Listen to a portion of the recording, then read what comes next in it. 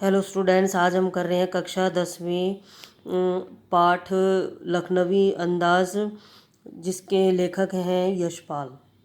अब इसमें क्या है, जो लेखक है वो भीड़ भाड़ से बचने के लिए क्या करता है, दूसरे दर्जे का टिकट खरीद लेता है और वे रेलगाड़ी के डिब्बे में सफ़र करते हैं। दूसरे दर्जे का डिब्बा लगभग खाली था। केवल एक सीट पर क्या है, लखनऊ के नवाब नस्ल के क्या है एक सफ़ेद पोश सज्जन क्या है पालथी मारकर बैठे हुए थे। उनके पास दो खीरे पड़े थे, तो उन्होंने क्या है चेहरे पर चिंता और संकोच के भाव थे। नवाब साहब के चेहरे पर यह सब जो थे वो यात्री से मिलने की कोई उत्सुकता नहीं थी उनके मन में। लेखक नवाब साहब की क्या है असुविधा और संकोच के कारणों के बारे में सोचने लगा। उसने अनुमान लगाया कि नवाब साहब क्या है अकेले यात्रा करने के लिए क्या है दूसरे दर्जे में बैठे होंगे। सफ़र कराने के लिए उन्होंने क्या है खीरे खरीदे, लेकिन लेखक को वहाँ देखकर यह संकोच में पड़ गए कि लेखक ने क्या है जो कनखियों से क्या है नवाब साहब की ओर देखा, लेकिन वे क्या है खिड़की के बाहर देख रहे थे। फिर नवाब साहब फिर क्या है लेखक का अभिवादन करते हुए क्या है उनसे खीरे के बारे में पूछते हैं, लेकिन समझ गया कि नवाब साहब उसे क्या है सामान्य व्यक्ति समझ रहे थे, इसलिए उन्होंने मना कर दिया। अब नवाब साहब ने खीरे को धोया और उनके क्या है ऊपरी हिस्से को काट कर उनको रगड़ा। नवाब साहब ने खीरों को क्या है चाकू से छीला और जो है फाकों को काट लिया तथा उन पर क्या है जीरा नमक और मिर्च लगाकर क्या कर दी, डाल दी। फिर कहते हैं कि लगता था कि नवाब साहब के मुंह में क्या है खीरे से रसास्वादन की कल्पना की, वो क्या है कल्पना कर रहे हैं कि मानो वो भी क्या है खीरा खा रहे हैं, तो उनके मुंह में पानी आ गया।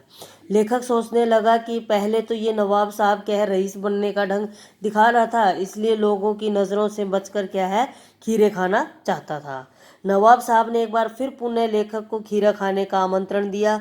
उन्होंने उससे दोबारा पूछा कि अगर आप खीरा खाना चाहते हैं तो खा सकते हैं, परंतु लेखक इस बार क्या है इनकार कर चुका था और उत्तर दिया कि इस वक्त क्या है उन्हें ये तलब महसूस नहीं हो रही, कि उनका मन नहीं है कि वो अब क्या करें, कुछ खाएं। तो लेखक पुनः कहता है कि नवाब साहब ने क्या है प्यासी आंखों से क्या है खीरे की फाकों की ओर देखा और खिड़की के बाहर देखकर क्या है लंबी सांस ली।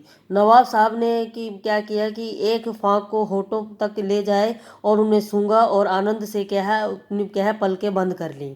फिर नवाब साहब ने क्या किया, जो फाक थी उनको क्या है खिड़की से बाहर फेंक दिया।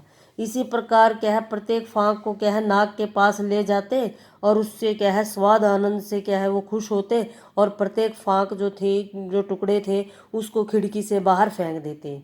फिर नवाब साहब ने क्या है सारी जो टुकड़े थे उनको सूंघ कर बाहर फेंक दिया और तौलिए से क्या है हाथ मुंह पोंछ लिए। बड़े गर्व से लेखक की ओर देखा कि अंत में वे लौट गए। फिर वो लेट गए आगे जाके। फिर लेखक ने सोच रहा था कि ये नवाब क्या है वाकई ही क्या है खानदानी होंगे और कोमल व्यक्ति हैं।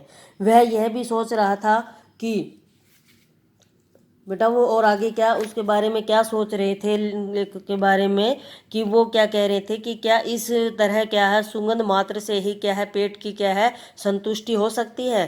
तभी नवाब ने क्या है भरे पेट जैसे क्या है डकार लेते हुए कहा कि खीरा भले ही स्वादिष्ट होता है, लेकिन क्या है अमावस्या के लिए क्या है भारी होता है। फिर कहते हैं कि यह सुनते ही क्या है लेखक की सोचने की शक्ति जाग गई। उसे महसूस हुआ कि नई कहानी का ये उचित पात्र है। वे सोचने लगे कि खीरे की सुगंध और स्वाद की कल्पना से ही अगर पेट भर जाता है, माने पर ढकार आ जाती है, तो बिना विचार क्या है घटना और पात्रों के लेखक की इच्छा मात्र से नई कहानी क्यों नहीं बन सकती। तो ये टॉपिक था बेटा हमारा, ठीक है, ये कंप्लीट हो गया है। अगर आपको मेरा चैनल अच्छा लगे तो इसको लाइक करें, सब्सक्राइब करें। थैंक